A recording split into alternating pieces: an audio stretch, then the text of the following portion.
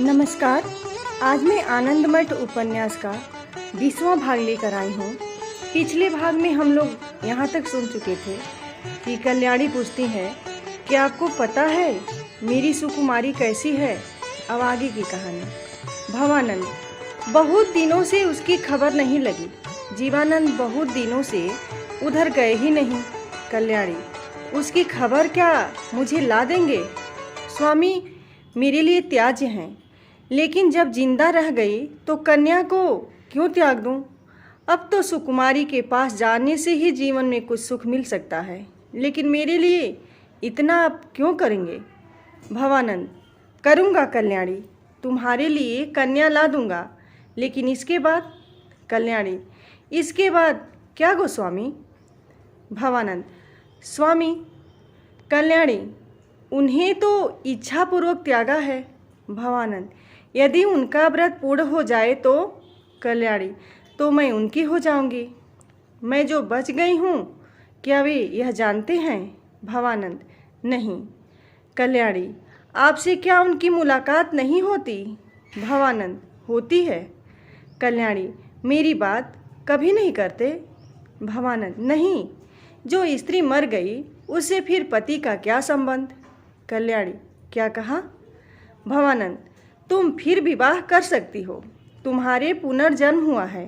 कल्याणी, मेरी कन्या ला दो। भवानंद, ला दूंगा, तुम फिर विवाह कर सकती हो। कल्याणी, तुम्हारे साथ ना? भवानंद, विवाह करोगी? कल्याणी, तुम्हारे साथ? भवानंद, यही मान लो। कल्याणी, संतान धर्म कहाँ रहेगा?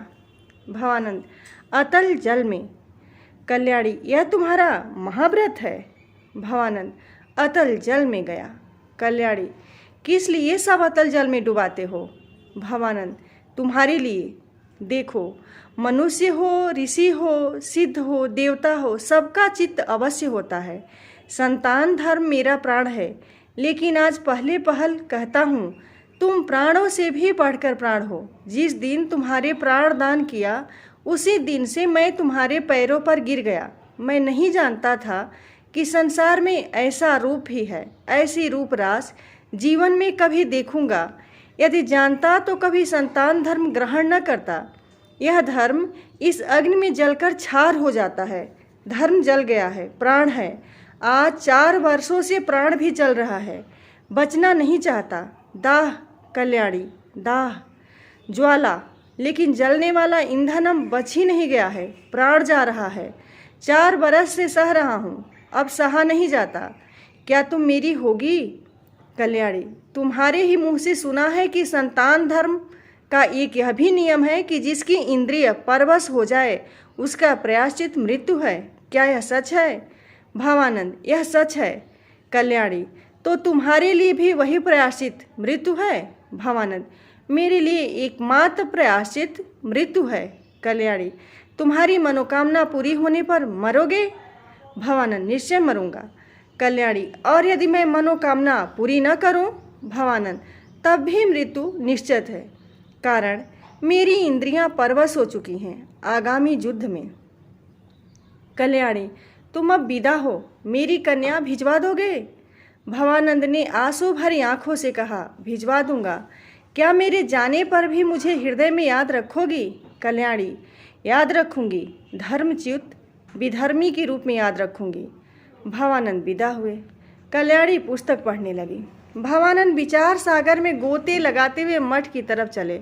वे राह में अकेले चले आ रहे थे। वन में भी अकेले ही उन्होंने प्रवेश किया। अब उन्होंने देखा कि वन में उनके आगे आगे एक आदमी चला जा रहा है। भवानंद ने पूछा, कौन हो भाई? अग्रगामी व्यक्ति ने कहा, जानना चाहते हो? उत्तर देता हूँ, एक पथिक। भवानंद, बंदे, वह आदमी बोला, मातरम। भवानंद, मैं भवानंद स्वामी हूँ। अग्रगामी, मैं धीरानंद।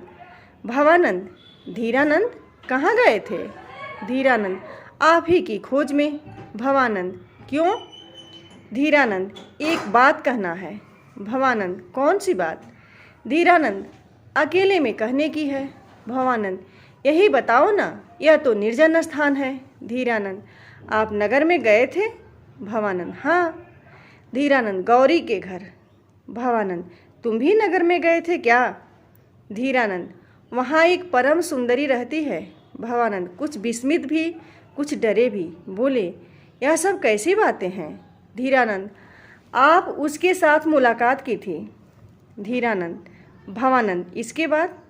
धीरानंद, आप उस कामिनी के प्रति अति अनुरक्त हैं। भवानंद कुछ विचार कर। धीरानंद, तुमने क्यों इतनी खोजबीन की? देखो धीरानंद, तुम जो कह रहे हो सब सच है, लेकिन तुम्हारे अतिरिक्त कितने लोग यह बात जानते हैं? धीरानंद, और कोई नहीं। भवानंद, तब तुम्हारा वध करने से ही मैं मुक्त हो सकता हूँ। धीरानंद, कर सकते हो। भवानंद, तब आओ इस निर्जन स्थान में ही युद्ध करें। हो सकता तो मैं तुम्हारा वध कर कलंक से बचूं, या तुम मेरा वध कर दो ताकि सारी ज्वालाओं में मेरी मुक्ति हो जाए। बोलो, पास में अस्त्र है? धीरानंद, है। खाली हाथ किसकी मजाल है कि तुम्हारे सामने यह बात करे? यदि युद्ध की ही तुम्हारी इच्छा है तो वह सही, पर संतान में विरोध निषिद्ध है। किंतु आत्महत्या के लिए किसी के साथ भी युद्ध करने में हर्ज नहीं। जो बात कहने के लिए मैं तुम्हें खोज रहा हूँ, क्या वह सब सुन लेने पर युद्ध करना अच्छा न होगा? भवानंद, हर्ज क्यों है, कहो।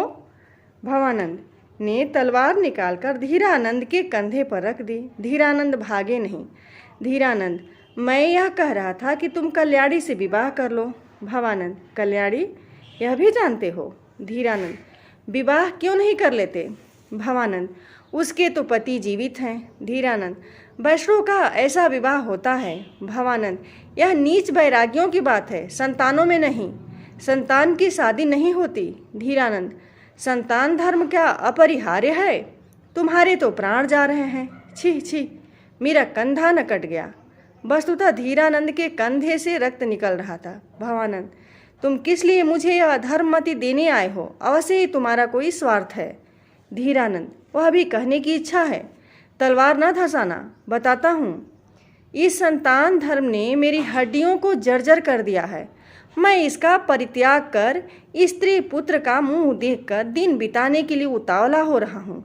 मैं इस संतान धर्म का परित्याग करूँगा, लेकिन क्या मेरे लिए घर जाकर बैठने का अवसर है? विद्रोही के रूप में अनेक लोग मुझे पहचानते हैं।